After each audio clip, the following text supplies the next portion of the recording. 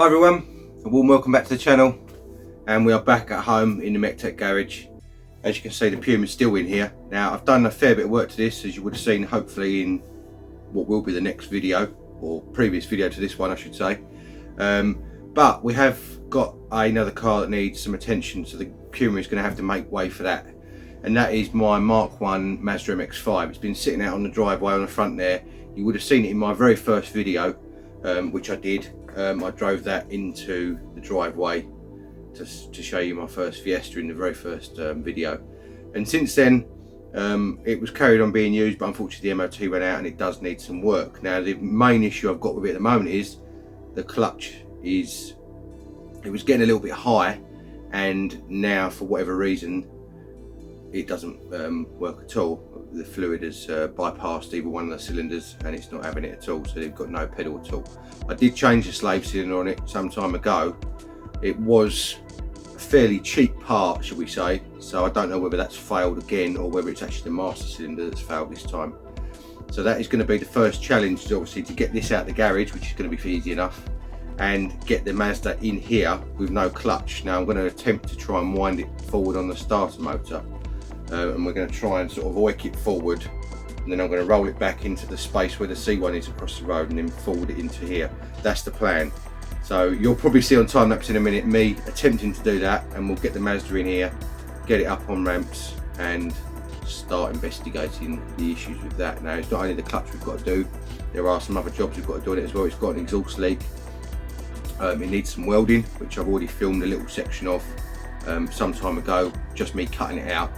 Unfortunately someone had done a bad previous repair on it, and it isn't in the greatest of health in that section where they've just gone over the top of the plate. So we've cut all the rot out and we're starting again, and we've got some proper repair panels which I've got for it to go on. So that's going to be another job, and there are numerous other jobs, suspension bushes and things like that, which I'll come to as we go through it. So it's probably going to be a few parts to the Mazda story. But we're going to start off by getting it in the workshop, or in the garage I should say, and go from there. Let's carry on.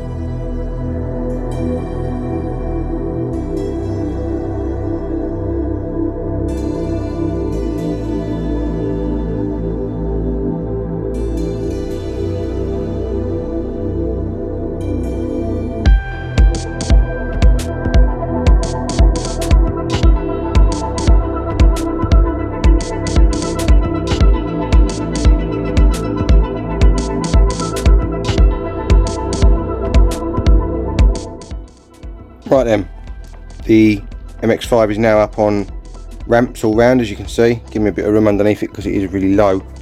It is lowered 30mm on I-back springs, this one, so it's pretty low when it's on the ground. Having gotten underneath, all I can see is a massive mess as far as fluid and other such things. Let me just pull the light round. You can see the bottom of that gearbox is absolutely sopping wet, and it does look like, hang on a sec, let me get around here, I'm trying not to get the lines on the screen. It does look like it's coming from the slave again, which is up there. Hang on a sec, there we go. But I think it may be coming from above that. Having said that, you can see the rubber gaiter there on the slave, and that is wet, and I've pulled it back and it all dripped out from behind it. So I don't know whether that is a duff slave or whether it is actually running down the pipe from above and obviously running into the slave on the top and then running around the side of the rubber boot, and then obviously makes it look like it's leaking. So what I'm going to have to do is get Mrs. MEC-TEC out here, my long-suffering wife Jem, and get her to push the pedal up and down and see if I can see where it's coming out from. Before I do that though, I'm going to give this a bit of a clean up so I can obviously see better where it's coming from. While I'm under here, I've also seen hang on, strobe lines again. The exhaust has seen better days, which is obviously where one of my leaks is coming from, and we have got a little bit of corrosion on the body over there, as you can see, and exactly the same point on this side as well, just up there. So we are going to have to do a little bit of welding under here as well, by the looks of it, as well as the seal. All par for the course, I guess. It is a 1990, no it's not, it's 1992 Mazda, so you know it's getting on a bit. It's gonna have a few little things to sort out ongoing, as they say. So I'm going to give this a clean up, as I say, and then when I get Mrs. MEC-TEC out here, I'll come back to you and see if we can see where the leak's coming from. Right, having cleaned up that pipe, it is apparent that that is not the problem, because that pipe looks literally brand new. It's still got the original coating on it, on that metal pipe there. It's a little bit difficult for me to film, and I am full of cold, as you can probably hear. But anyway, so I've cleaned up the flexi pipe on the top side as well, and that doesn't appear to have any splits or anything in it. So I'm hoping I'm going to be able to find it by putting on my clutch pressure bleeder, and I'll hopefully be able to see where it's coming out from. I'm still suspecting this slave cylinder is a bit dodgy at the moment, because you can see it's still wet even after I've wiped it. So I'm thinking it could be that, but I want to get the pressure bleeder on it next. I'll get set up with that, and I'll come back to you and show you, see what we find.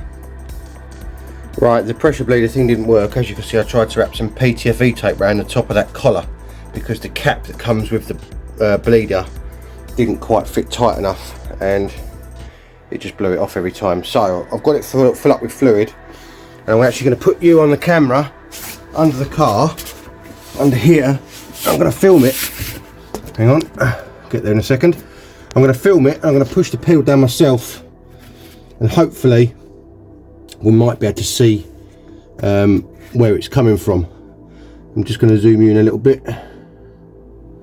You might see the odd drip because it's come out from where I did the pressure bleeder. Right, I think that's about as best we're going to get you. So I'm going to get in the car, I'm going to leave this running, and hopefully we might be able to see where it's coming from. I'm kind of hoping it's out of this slave. If it is, then obviously it's an easy fix. Let's have a look, see what we can see. Hold the line cooler.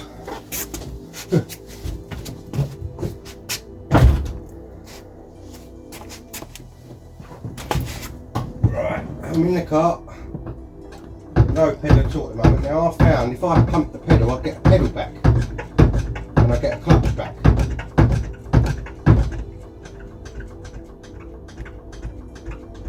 Don't know why, but this is what I'm thinking, is that slave, because if the seals are going in the slave, it will build up pressure to be able to get it in gear, but it will lose it again once you let it go.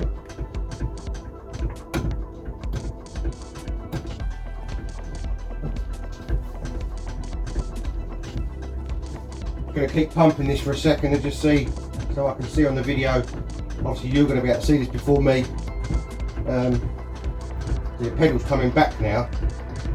It's still very light, it's coming back, which tells me obviously that that will build up pressure.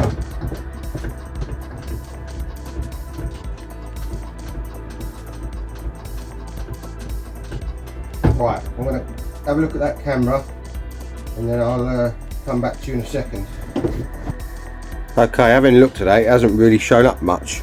That dripping you could see under the car was where it leaks out from the pressure bleeder, so don't take any notice of that.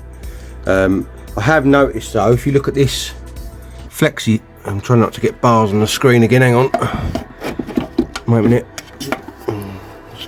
I have noticed on this flexi hose down here, stop getting bars, why am I getting bars?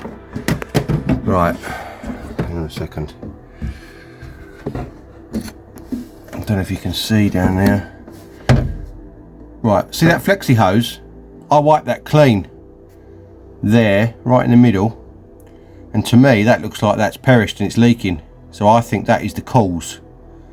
I think it's that flexi hose that's gone. Also, if you look up here, the very top where that rubber, I can't point to it, but where the rubber there, right up here, it looks like it's wet around that as well. So I'm thinking that that has actually perished and it's letting moisture out and air in, which is obviously why the pedal goes and then comes back again when you pump it. As you can see there, hang on a sec, I've not lost any fluid, virtually nothing. So I'm gonna, it's very difficult to do this without getting lines on the screen. Oh. These LED lights are great, but not that great for filming.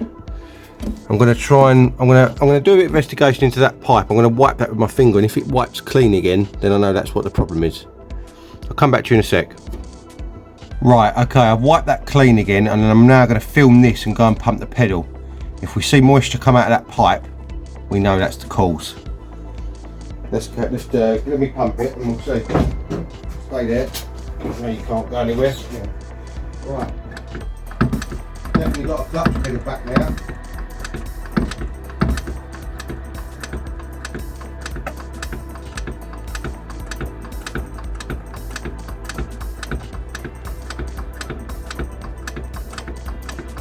Just going to pump it for a minute because obviously I want to make as much moisture come out as I can, if that makes sense.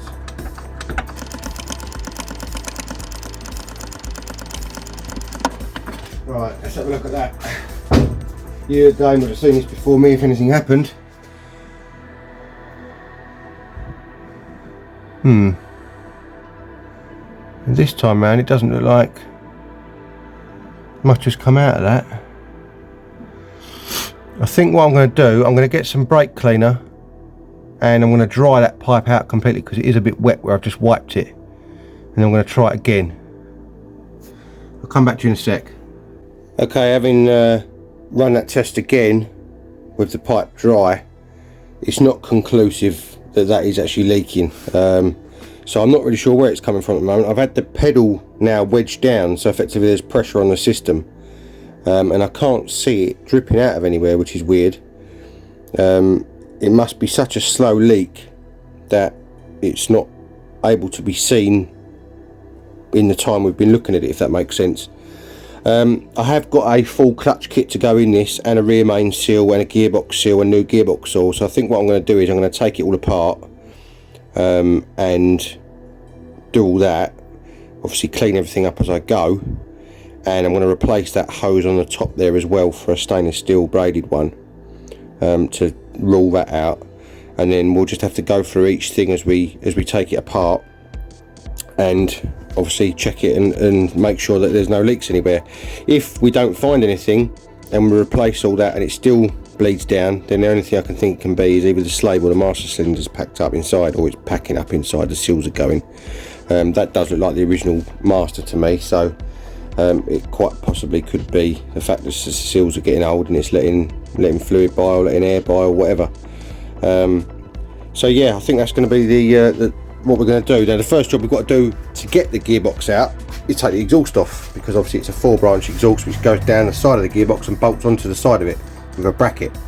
Now we have got to change, we've got to sort out the exhaust anyway, so that's not going to be too much of a problem. So that's going to be my first job, which means I've got to take this heat shield off, which is 4 bolts or 3 bolts. Then I can get to the studs and start working on them, maybe get a little bit of heat on them, a bit of WD-40, and hopefully they'll all come loose. So let's start with that and we'll carry on from there.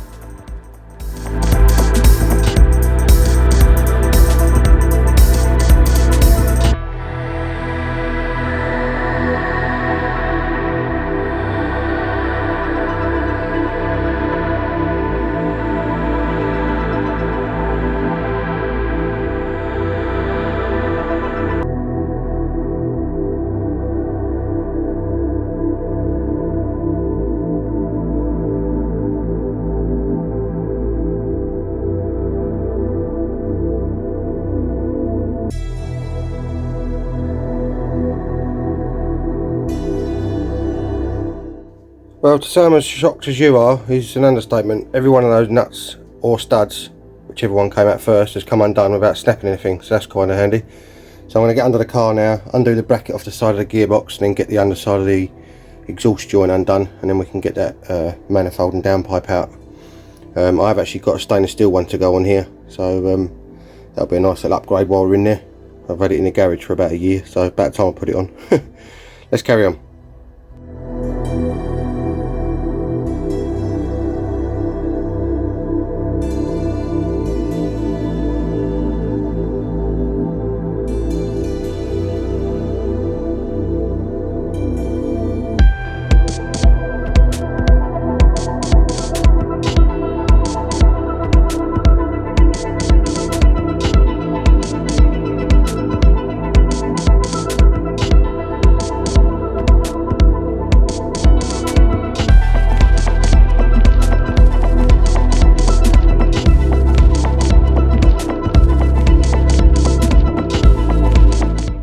Right, after much swearing and grinding and belt sanding, all because of one bracket down there that wouldn't undo, it's totally rotten. I'm pretty sure this is all the original exhaust in this, so it is 30 odd years old, so, you know, fair dues. I think this is off. Hopefully, we'll be able to wiggle this out of here. Any luck. And it says, this is not particularly easy to get out, I'm going to be honest. And this exhaust is absolutely mud. And I wonder if it's making a racket. Right, I'm going to do this. This is difficult. It's quite tight in here. And as you can see, there's bits of exhaust heat shield falling off all over the place. So that is actually supposed to be part of the exhaust. Now the reason this isn't coming out is because I've left the O2 sensor connected, haven't I? What a numpty. Where does that plug into? I don't know.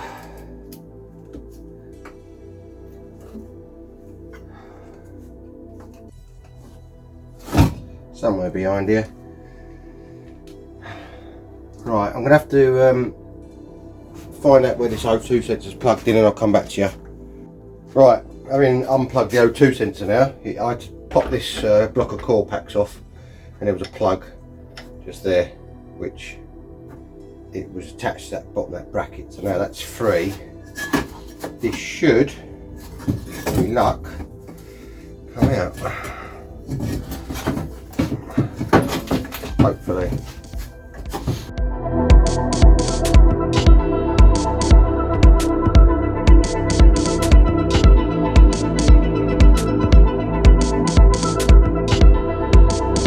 Now,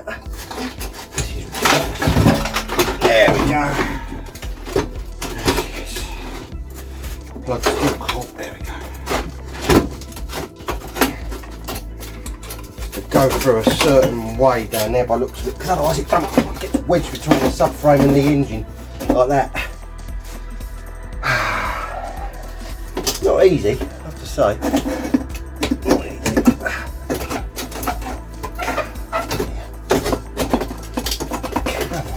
What's going on here? Caught all sorts of things down here now. Not having taken one of these out before, I'm probably doing it completely wrong, and you're probably not supposed to spin it round or anything else, but I've done it now, so that's probably why it's causing me grief.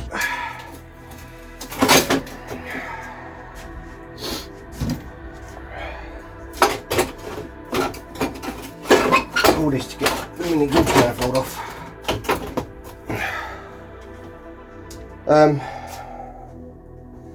A bit wedged, to be honest with you. I don't know what to do next. So this bracket down here is not helping either, because obviously I had to grind through this bracket and it's still hanging there. So obviously where that would normally be out of the way, it's in the way, if that makes sense. So because it's still bolted to the thing. I think what I might have to do is get down underneath and see if I can unwind what's left of that bracket. And then that'll allow me to get this out, because I don't think it's going to come out otherwise.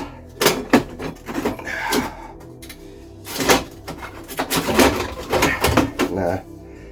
Right, I'm going to get underneath. I'm going to get that stud out that's in the way. I'll come back to you in a sec. There you go, it's out. Thank God for that.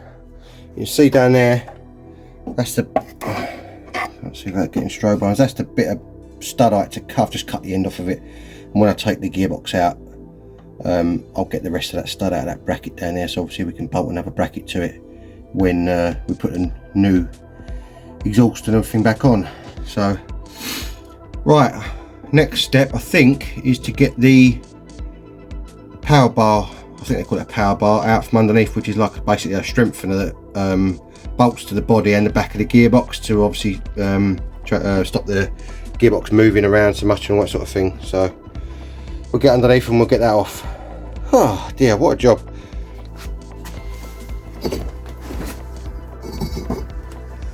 Right, I did say that we had to take the power support off from underneath. Actually, there's a couple of things that I've forgotten we've got to do first. One is to take this centre console out. So we've got one screw here, pop the ashtray out, there's one screw in there, and you flip up this little armrest, and there are, I think, 2 screws in here. So we've got to get this off, because that then allows the gear stick, or the gear shifter, to drop down through the floor when we take the gearbox out. Obviously we can take the gear knob off, which is just unscrews off of there like that.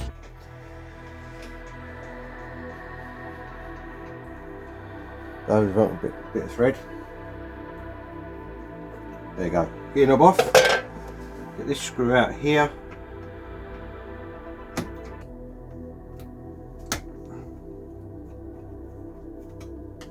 That. This one out here.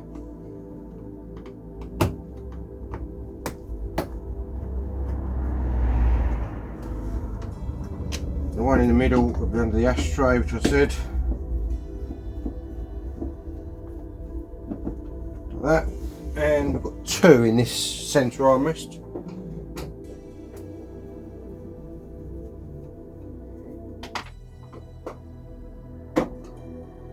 I'll leave all the screws in this armrest for safekeeping so they don't get lost, in theory. And that should just lift off. Now we have got the switches to unplug, because it's got the electric window switches in the middle here as well. It's just simply a case of unclicking this plug at the front here. It should hopefully just unclick. To push that little pin down in there.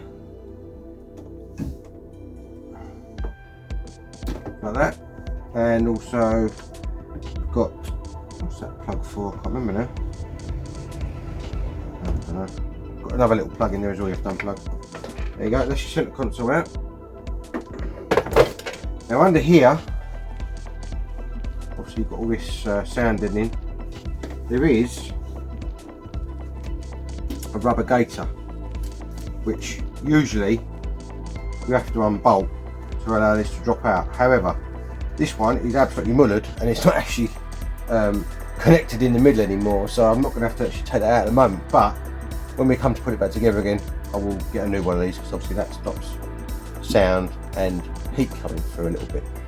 And that's probably why it always gets really hot in this car, because the heat comes through the gear stick. So yeah, this is like a funny sort of, it's like a cable tie around it almost, but it's not a cable tie as such. It does just slide off that. It takes a bit of force to get it off. Bit of waking upwards and it should come off. But again, as I say, I don't actually have to take this off at the moment, because the bit that it's connected to, it isn't connected to at the moment. While we're here, we'll take it off. If I can get it off, that is.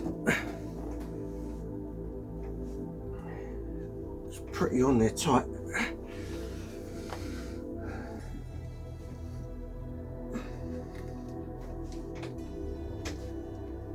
Just to ease it up side by side with a screwdriver, save hurting your fingers.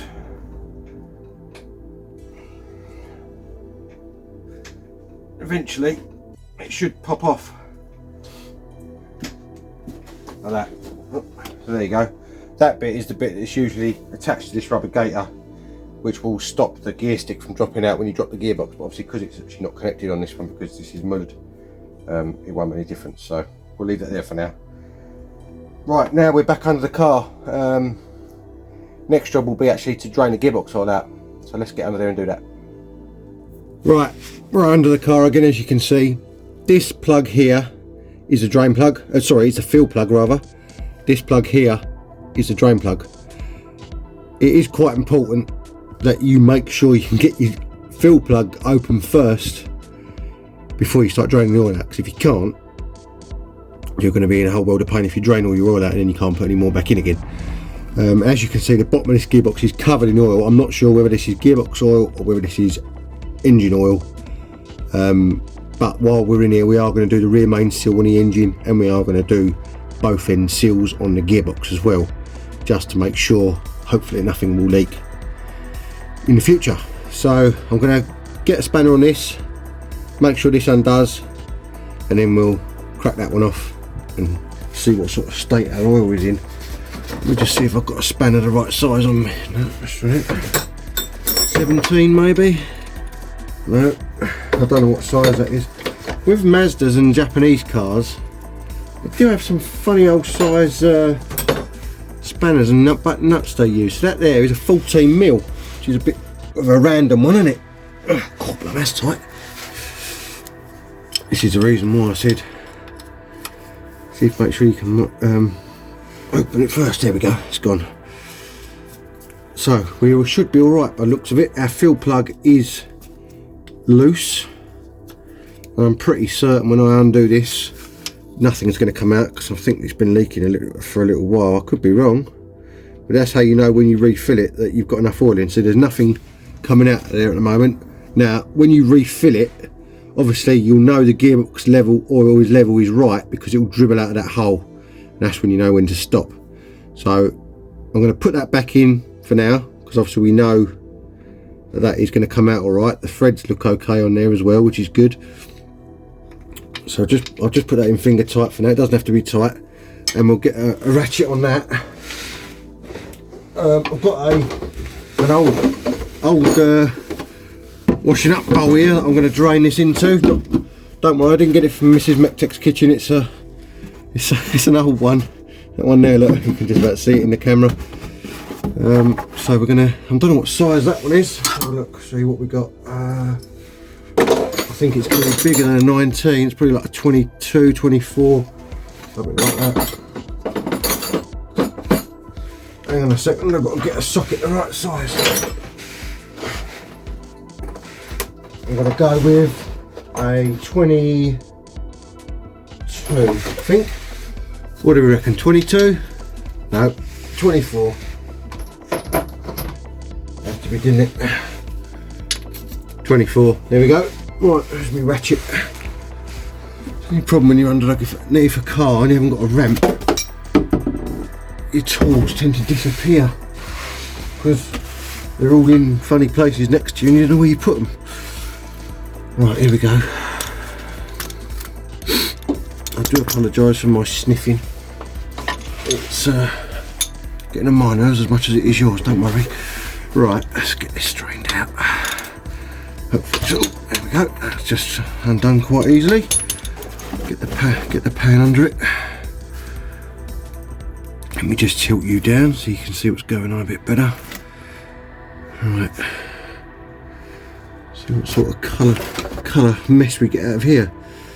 I don't know what it's going to be like. Having never changed the gearbox oil on this car before. Well, I've had it for well over a year, or nearly 2 years now. That's well,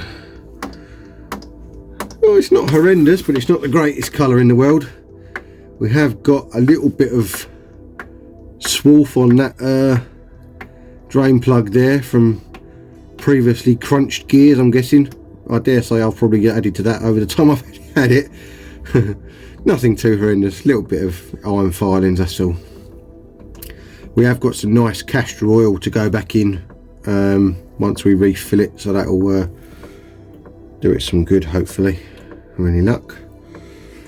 Now I wonder if I undo that, if I undo this drain plug at the top, that'll probably drain a bit nicer because it'll let the air in. There you go. That is it looks a bit dark, that oil. It's not horrendous, but it's not the best either, so probably a good job that we're changing it. Right, I'll get this all drained out and I'll come back to you when we're on the next step. Let's carry on. Okay, the oil is all pretty much drained out now, and I've cleaned up the sump plug nice. Just see that little bit in the middle there, that's a magnet, which obviously attracts anything that's floating around in the oil that shouldn't be, i.e. little bits of metal filings or whatever that you will inevitably, can't say it, inevitably get over the years of obviously missed gears and things like that. So that's all cleaned up now. I'm going to put this back on. That's just dripping now, so we'll get that on, and then I think I'm going to remove the rest of the exhaust system, which is only hanging on by rubbers, which will allow us better access to get the prop shaft off, which will be the next thing to come off. So I'm going to get this bolted up, and then I'll get the back end of that exhaust off, which will just be unhooking it off rubbers, and then we can start on the prop shaft. Let's carry on. Right here, I'm at the back of the car now. You can see obviously there on that UJ there's obviously 4 bolts that bolt the prop shaft to the axle. Now I have got the exhaust loose, as you can see that rubber's out there. The other one I've just slid back in temporarily. I'm not going to drop the whole exhaust out because that brace at the back there is stopping it from dropping all the way down, but I just better drop the middle section down. That would be enough room to allow me to get the prop shaft out. So before I drop that back out of that rubber again, I'm going to undo those 4 bolts on the axle, unbolt the prop shaft, and that should then just slide out the back of the gearbox, and then I'll drop the exhaust down to allow me to winkle it out, and then that will allow us obviously a bit more room to get the gearbox out, and then we can get this power support bar thing out that's running right along down the side of the car. That's this piece here. It's a big lump of steel, and it runs all the way down the driver's side of the car. I'll show you in a minute when I get better set up with the camera. So I'll get these undone and I'll come back to you. Okay, as you can see there now, the prop shaft is out. It's just slides into that seal there. I've got 3 out of 4 bolts undone, 1 snap, so that's not too bad. The exhaust is here, it's hanging down out the way. So this is the structure I was telling you about, this big long structure here. Now at the very front there, let me just move the camera so you can see. At the very front there you can see there are 3 bolts, which are here, here and here. We've got to take those right out, and then at the back there are a further 2 bolts, which are these 2. We are going to loosen this rear one and take this front one out, and that will then allow the whole bar to pivot on that last bolt sideways, and then that'll obviously allow us enough room to drop the gearbox out the gap that it makes. So I'm going to get those loosened off. We'll move that to one side, and then we can start taking all the little fiddly bits off of the actual gearbox itself, like the reverse light switch, gearbox. There's two sensors on the gearbox. I'm not 100% sure what they're both for. No, one's a reverse light switch, not sure what the other one is. We need to unplug those.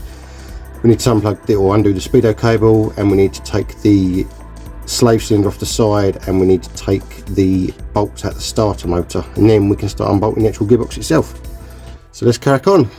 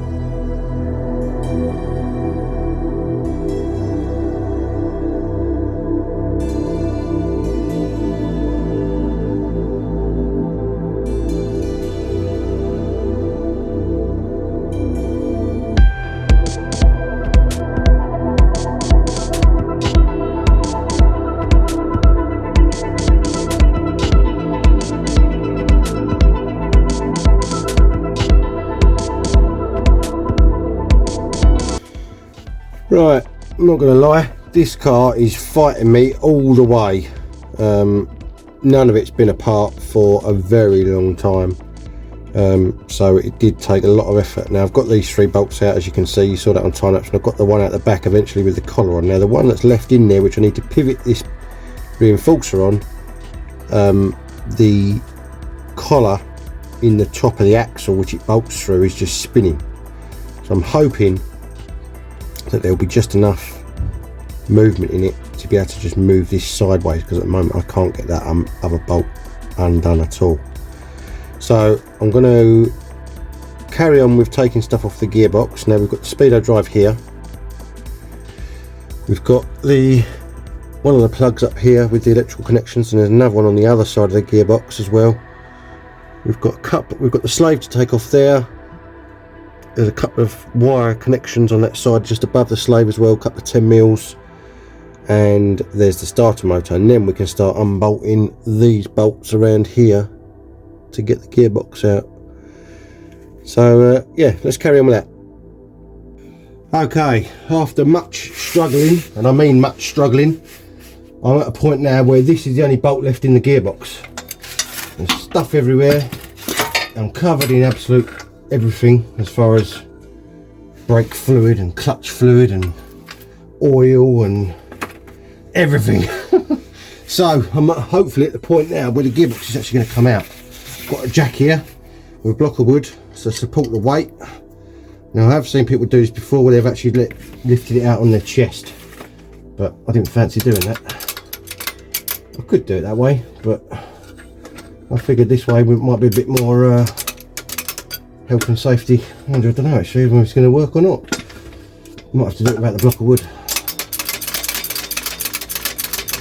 Don't really want to put that on there without a block of wood, but still, get that in there like that. There we go. Come on. It's getting late in the day. I'm tired, and I want this thing out. Right, let's take that bolt out and see if we can get this free. It has fought me all the way, this thing. Everything has been a pain as far as bolts not wanting to come undone, hard to access, etc. You know the score with an old car, especially when it's not been apart for, well, God knows how long. I don't know when the last time this gearbox was out of this car, if ever. Might even be on the original clutch for all I know, I don't know. It could be, it's done 104,000, so it could be. Right, so we've got to pull this sideways to let the weight off of that, and then hopefully there should be enough room to winkle this out. He says.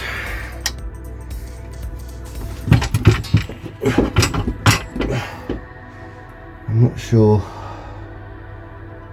I might relocate this jack because it's not in the most best place.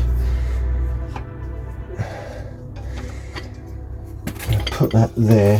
I'm going to spread it a bit more, the load of it. That's it, that's better. Safety first, as they say. I hope you're getting a reasonable view of it back there.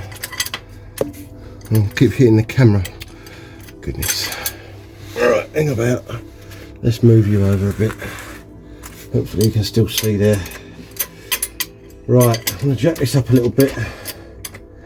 We'll take the weight. And hopefully we can get it somewhere near level off of this bar. It should slide out, hopefully. He says, I don't think it's going to work. This is difficult, I'm not going to lie. I wish I had a ramp at this specific moment in time. Why isn't it coming off? Oh, I forgot. This bar thing is right in the way, I tell you, it's a pain. I'm going to drop the exhaust, see if that helps. Hopefully that's not stopping your view.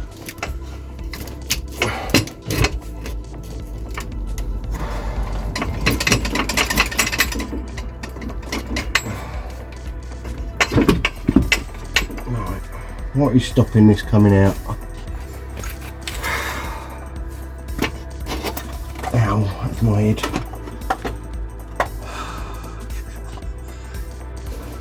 Three bolts for the...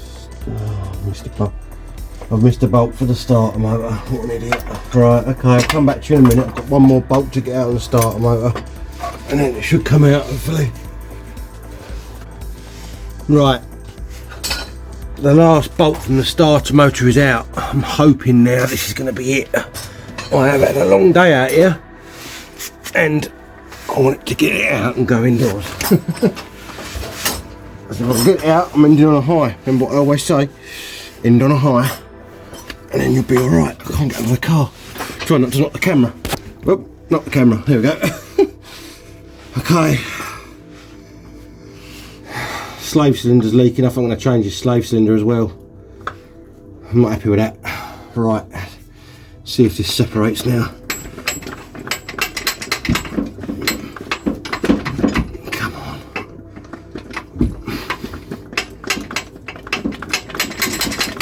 What is holding it from... What's holding it? What is holding it?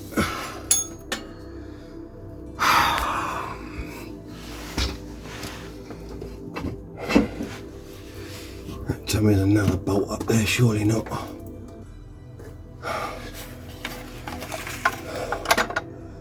There's another bolt. Right, hang on.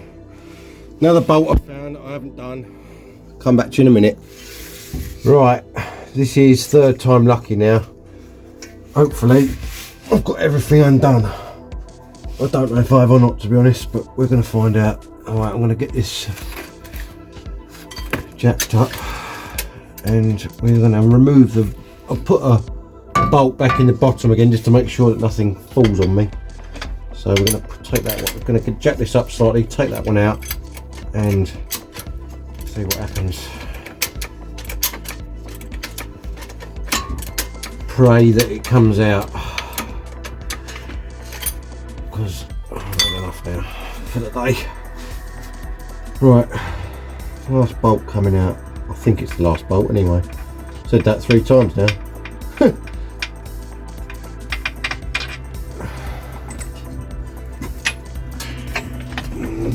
Got some movement, which is good. Is it going to come out?